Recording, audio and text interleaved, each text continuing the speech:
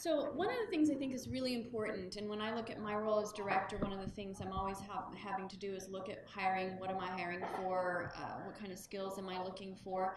And it's really interesting to understand what's happening in the job market around data analysts, data scientists, and what that means for potentially the types of people we have on our team. So how many people have a team that they work with in marketing? Okay, how many people are like the guy who wears all the hats? Okay, got it. So that's something to understand as you look forward. So the people who are the guys who wear all the hats that you may want to hire in the future, one of the people I would hire is go hire an econ major or a stats major or a math major plus Excel skills. So these are some of the job requirements, starting salaries. Like that can be prohibitive. Like that salary for a marketing team may be a challenge. But what we've found is it's way easier to teach marketing to math majors or marketing to econ majors or marketing to stats and finance majors. So start looking in those worlds, and you can have your job descriptions pull for those types of thinkers, but what you're looking for are people who wonder about data, they're not intimidated by it, they're really excited when you're interviewing them and you give them a math problem, they really like it.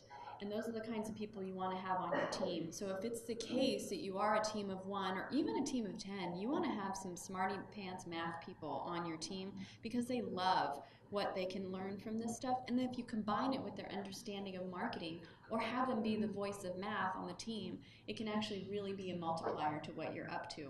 So these are just some tips that I've found. Give them some analytical puzzles if you're interviewing them. Make sure you understand them and that you can see all, because partially what you're looking for is understanding the way they think.